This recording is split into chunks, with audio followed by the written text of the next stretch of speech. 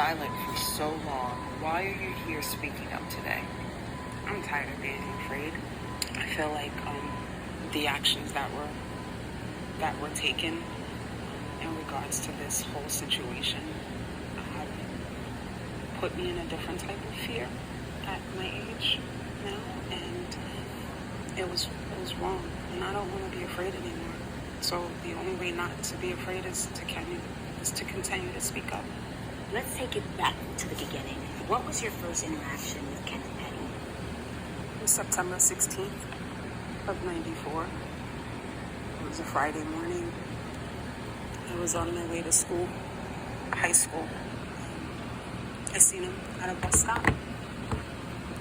I didn't think anything of it other than there goes Kenny across the street, and he asked me where I was going.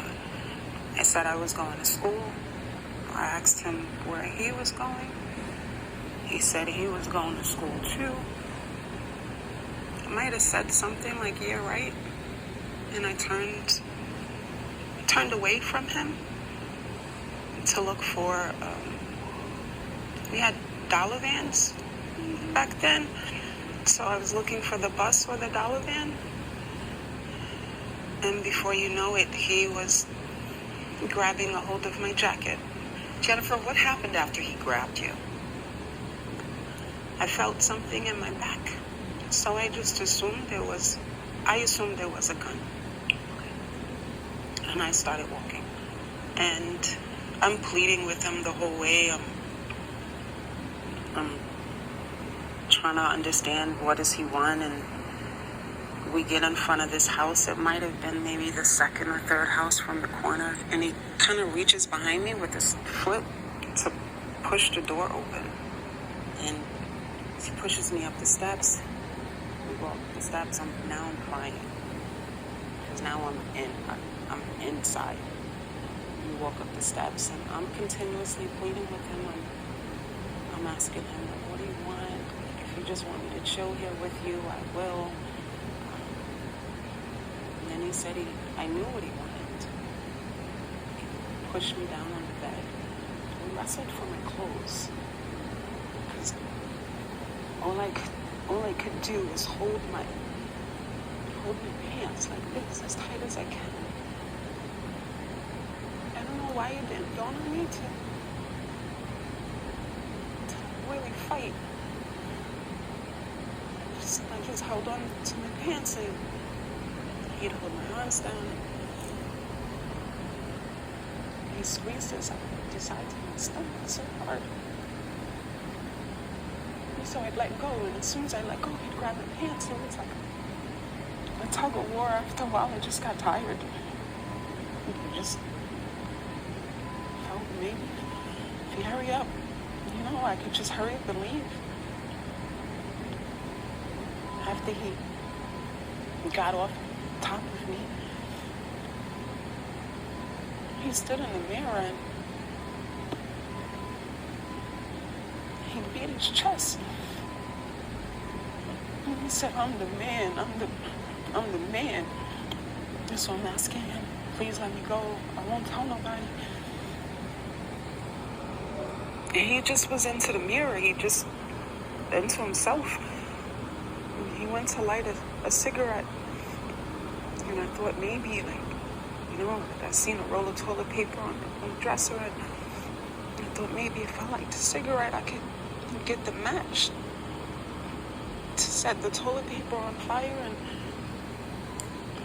it went out. I squirted this contact lens cleaner in his face. And he was like, thank you for wiping my face. And he just pushed the water. And at that time, I just seen this big plastic bottle, almost like the bleach bottle, and I just took it and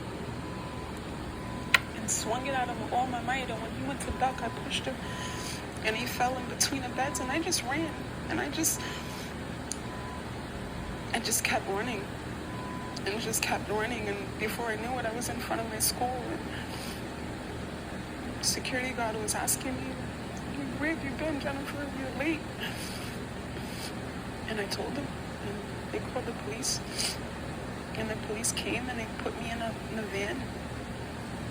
And they asked me if I can show them the location of where this happened. I did. And I watched them bring him out in handcuffs. And then they took me to the hospital. I'm so sorry. So sorry. Now, Kenneth was arrested, but his family came and claimed that the two of you were in a relationship. Is any of that true? No, we were never in a relationship, ever. We never had no type of romantic anything. We never talked on the phone. We never hung out together. Please subscribe to my channel. I'm just bringing you what she's put out here already. This is, I don't have no personal opinion about this. If I do, I'm not going to state it here. What happened?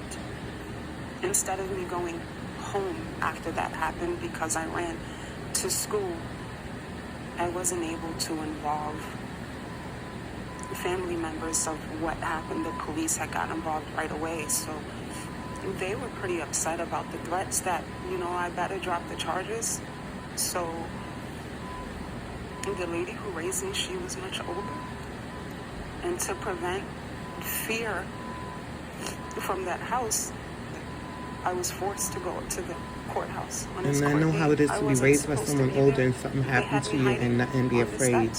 They, meaning my family, had me But on the I know a lot of people have that. I don't know to come up about this situation, but it just so happened that the district attorney took the steps that day. And she seen me and she asked me, Jennifer, what are you doing here? And because my back was to my family, I was able to tell her that they were trying to force me to drop the charges. So when it came time for court, I believe the judge might have asked a question, and I stood up in court and I just blurted out, I want to drop the charges. I never said it didn't happen. I just said I want to drop the charges. And the judge said, take it to the DA. And